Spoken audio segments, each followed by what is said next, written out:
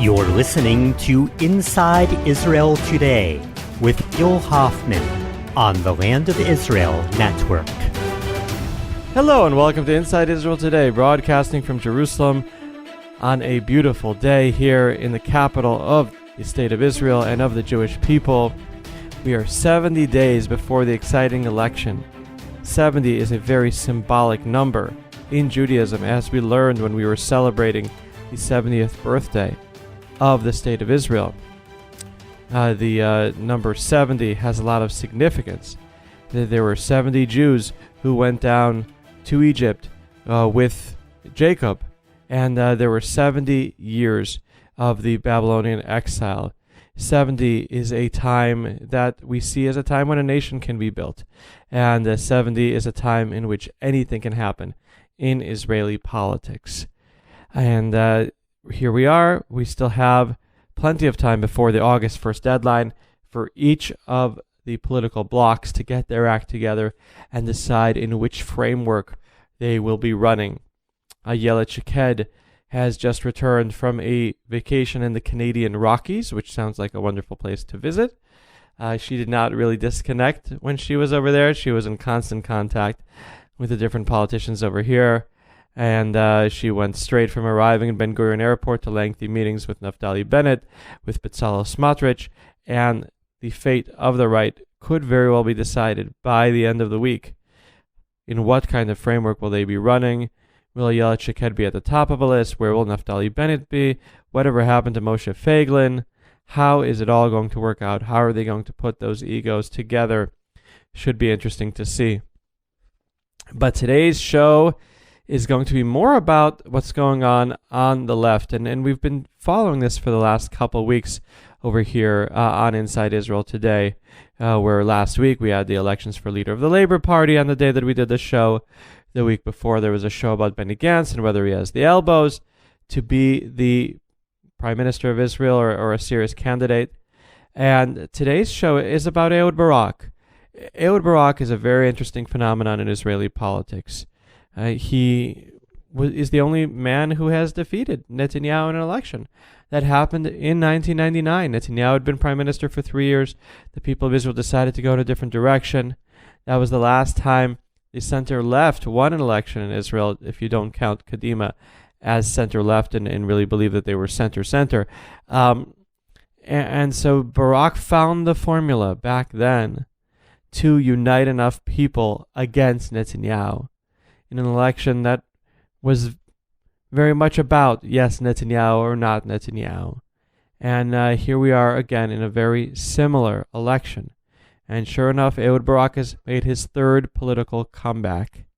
You can never really trust that he will go away if he is not buried underground. That is the truth about Ehud Barak. And so now he is very much alive and kicking. When I woke up yesterday morning, there was a tweet from Ehud Barak already criticizing Netanyahu at 6-something in the morning, Israel time.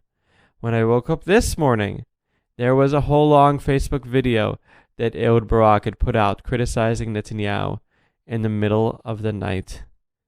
Who attacks people in the middle of the night, ladies and gentlemen? Can we say Haman?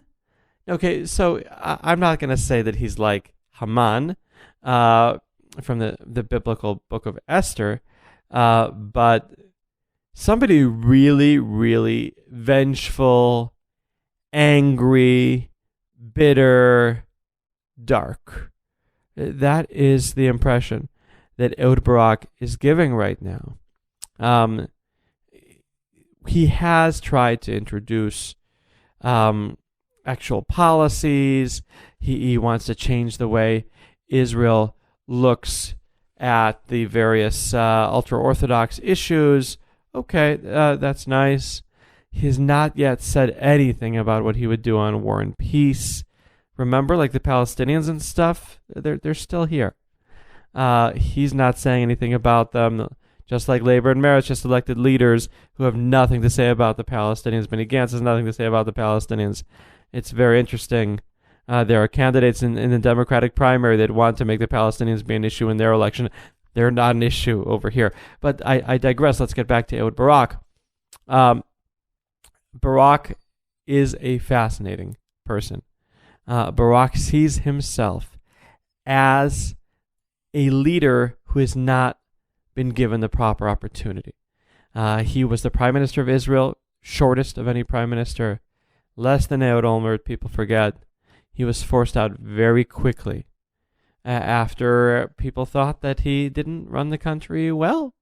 There was an election that was initiated very quickly in which Ariel Sharon, who a few years before that was seen as politically having no future, defeated Barak by a landslide.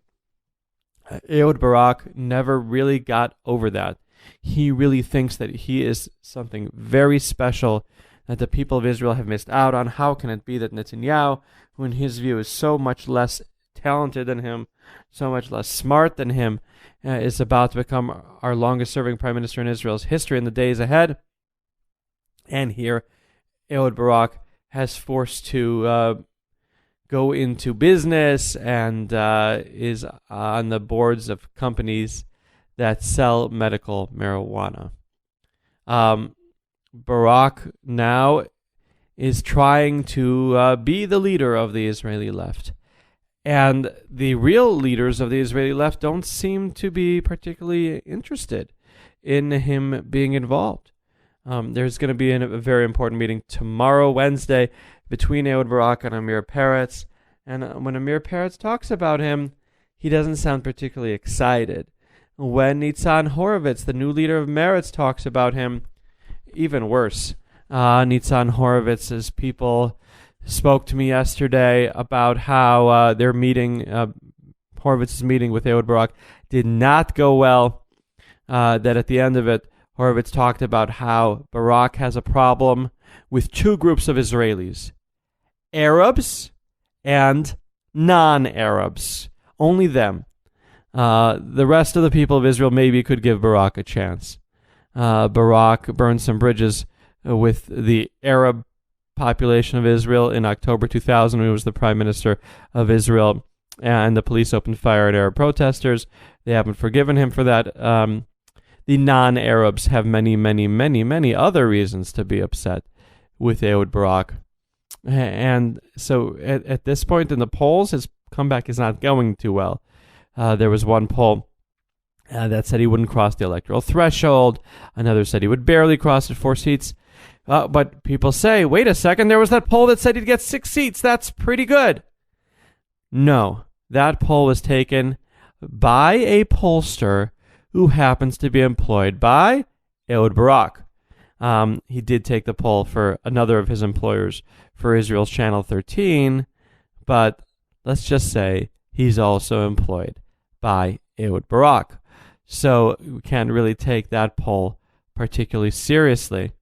And so we've seen how Ehud Barak has brought together some very impressive people in his initial press conference.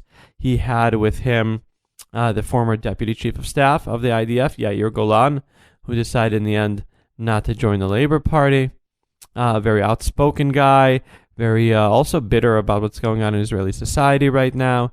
Had with him a woman named Yifat Biton, who ran with the Orly Levy Gesher party in the April 9th election, and then was a candidate for comptroller of Yair Lapid for a while, and here found a new party. Then he had with him Kobi Richter, a very pro-peace businessman with endless money to give to Ehud Barak for anything he wants to do, though Barak has no shortage of money himself. And then later on, he revealed 2 candidates from religious Zionism. Yair Fink, who ran with the Labor Party in the April 9th election, and a woman named Sagit Deri, who is a Sephardi woman who was very active in the Bayit Yehudi party. And I was really surprised by Yair Fink deciding to join this party, because he is a very positive person. You can listen to the interview that we did with him in the past when he entered the Labor Party as a serious candidate, when we did our Meet the Candidate series. It had of the April 9th election, he succeeded in winning a top slot on the Labor list in that primary. He was pushed down by reserved slots, but he did win the fourth slot for a man on the Labor list after Itzik Shmuli, Amir Peretz, and Omer Bar-Lev, sitting members of Knesset. That was very, very impressive. And he's decided to leave that and run with Ehud Barak, not necessarily even much higher on the list than he would have been with Labor, especially if it still happens that Labor and Barak's party end up merging. He might end up being lower than he would have been otherwise. And so we're going to be speaking after the break to Yair Fink about why he has made this move. Why would someone with such positive messages about the need for religious Zionism to be more open-minded, about the need for less extremism in Israel today, why would he join a party whose messages right now are so negative? A party that's just focused on defeating Netanyahu at all costs, putting out social media messages in the middle of the night, attacking the Prime Minister. Fine, don't like him, disagree with him, but nasty.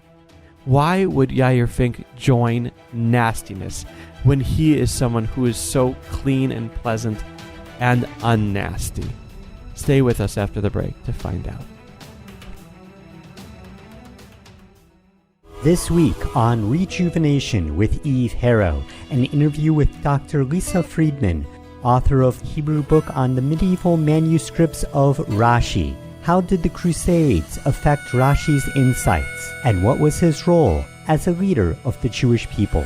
He emphasizes the special connection of prophecy between the Jewish people and God. So if you look at each of the beginning opening Rashis, the 5 books, he's strengthening the Jewish people, which is a beautiful idea. Starting each book with a booster shot of inspiration. For the full interview, check out Rejuvenation with Eve Harrow on the Land of Israel Network at thelandofisrael.com.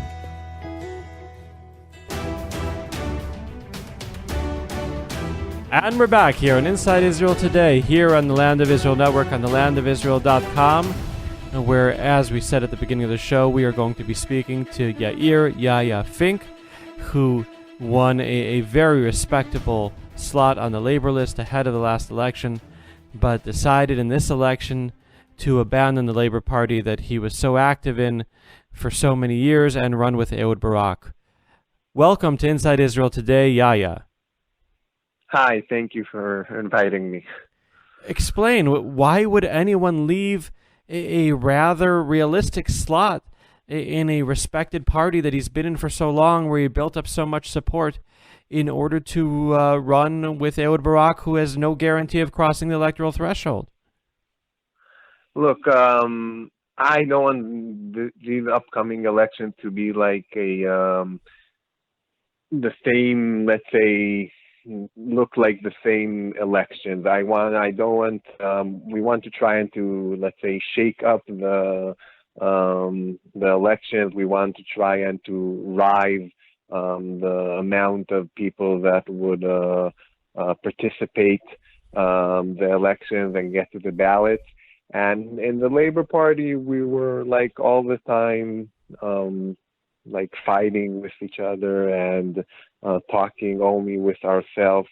And I wanted to try and to like build something from like a new party that is also, it will be a democratic party, but it would, let's say, 80% of the time would, let's say, talk and be with the Israeli society, and not only in like, internal things. And I like, after a decade in the Labor Party, I think that we need to try and to build a new left Zionist party that is, let's say, the main goal is to try and to promote our ideology, and not only to like fight inside the labor institute. I've been listening to the ideology of Ehud Barak. He doesn't like Netanyahu. That's the biggie for him. Look, after the last election, we saw that Netanyahu wants to pass the immunity law, and we saw that Netanyahu is undermining the, let's say, basic democratic values of the country. And it's not something like personal because Netanyahu is Netanyahu, but because Netanyahu has 3 indictments, and he's a new Netanyahu that is trying to damage Israel's future as a democratic country. And so, in the bottom line, we think that after a decade, it's a time to switch Netanyahu to put someone else in office. And that's our main goal, because Netanyahu is trying to avoid his trial, and that's his only, let's say, that's his only goal and his only purpose. So we're trying to try to shake up the election. That is a very legitimate goal. Yeah. The question is the means, and also to rise the percentage of people that will participate in the upcoming elections. Also, a very valiant goal. We want to have more people participating in Israeli democracy, but the question is the strategy. Amir Peretz was on the radio this morning. Was very respectful of Netanyahu. Last night, Benny Gantz was interviewed by Yonit Levy. Also rather respectful of the Prime Minister. Yeah. Why is Barak so nasty? And how did you fit there? You're not nasty. First of all, I'm not nasty, but in nasty, let's say, situations, you need to be a little bit more nasty. And I think that Barak is the only one that is not afraid from Netanyahu, and that understands that we're in a critical moment for the future of Israel. And with nasty people, you need to be nasty. So it's one way to try to be like, as you said, very nice and like Gantz and other people. But I think that we need to try and to deal with Netanyahu in the same, let's say, ways and directions that he. In the end, it's not nasty to come on Facebook Live, but it's nasty to try and to pass the immunity law, or to try and to undermine the judicial system, or different things that Netanyahu and his, let's say, government wants to do. So that's the nasty things. A prime minister that is under 3,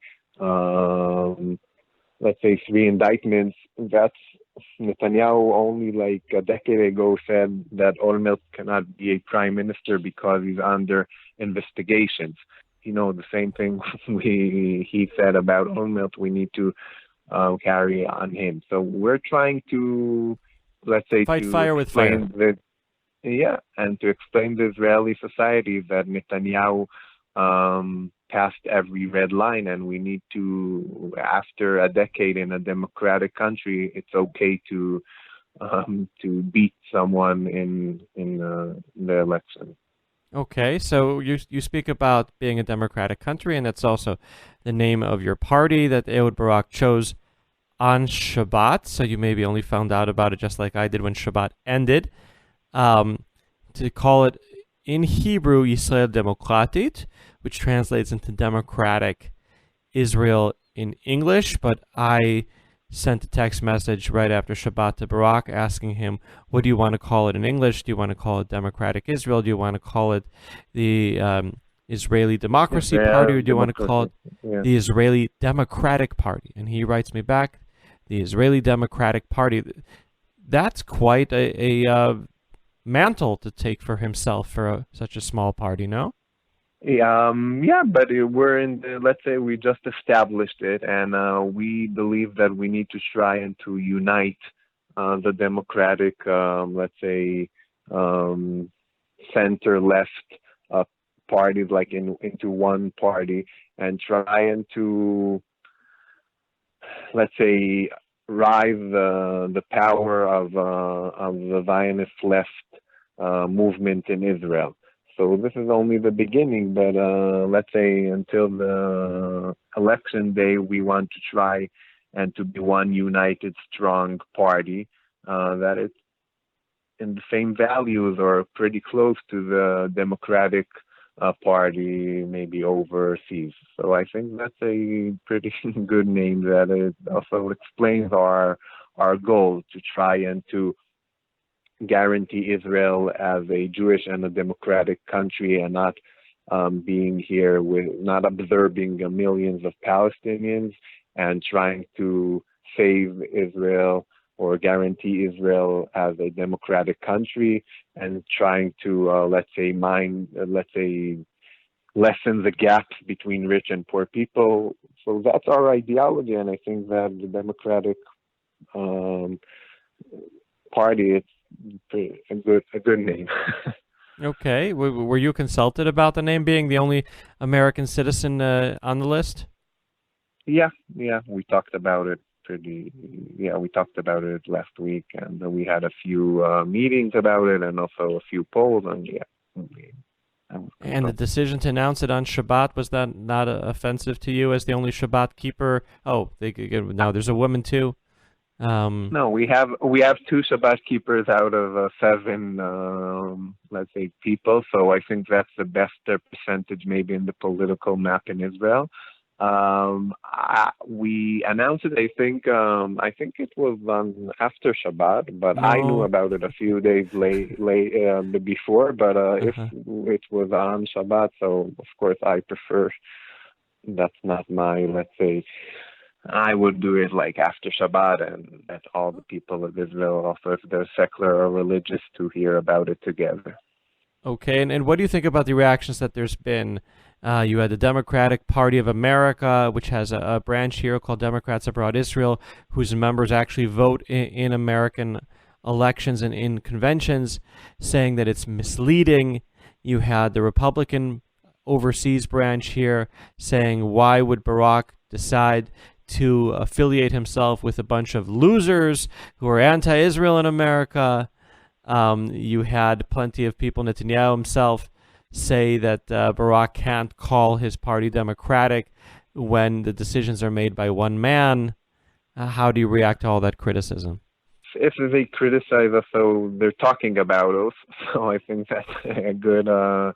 but I know we're in Israel, we're not in America, and I explained that our name is because we believe in the, let's say, core values of the democratic, let's say, system, and also because Israel's democratic even future is, I think, under a risk, and that's the main, let's say, message of our party, to try and to guarantee Israel's future as a democratic country, and not to undermine the judicial systems or to pass the immunity legislation or different legislations that are trying to put Netanyahu above the law. So that's one of our main messages, and that's the reason we decided to call ourselves, in Hebrew, it's Israel Demokratit. We want Israel to be a democratic country. Let's say that's the only thing that we need to talk about, and not we don't have any, let's say, overseas connection. Yeah, that's our main message for the people in Israel. And the goal is to run as a bloc under that name, try to get Labor, Meretz, maybe other groups to run under that name, and then if you have a bloc, then that justifies using such a big fancy name. Yeah, we're trying to unite. If we won't succeed, so we'll run by ourselves. But we're trying to unite, and we think that we need to learn from the, let's say, the big mistakes that we did in the last elections, and we're trying to be united and strong and run together. So the decision will be made till the end of July. And then Barak said that you'll have democratic institutions in the party later, ahead of the next election. I'm building. Let's say I'm in charge of that area, and I'm building it in like next a week or two. We're going also to display it, and that's we're going to be a democratic party, and with primaries and things like that. Yeah. We're going to build it like with primaries, but it's going to be, let's say, much more technology primaries, and trying to allow people from all over Israel to participate, and you won't need to come, let's say, to a one branch. place, and a branch, and to raise your hand or something. But we're trying to build let's say a technology democracy system. Okay. Well, good luck with that uphill battle that you have ahead there, Yair Fink, candidate for Knesset of the Israeli Democratic Party. Thank you very much. And thank you, listeners, for being with us here on Inside Israel today. We will have another exciting show from here in Jerusalem next week. Shalom from Jerusalem. Bye-bye.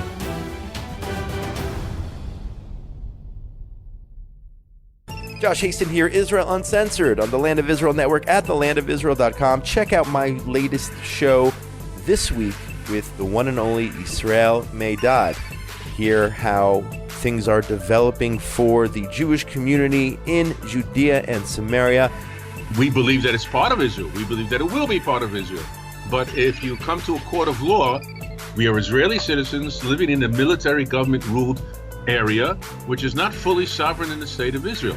You don't want to miss this show. Only here on Israel Uncensored, on the Land of Israel Network at the Land of Israel.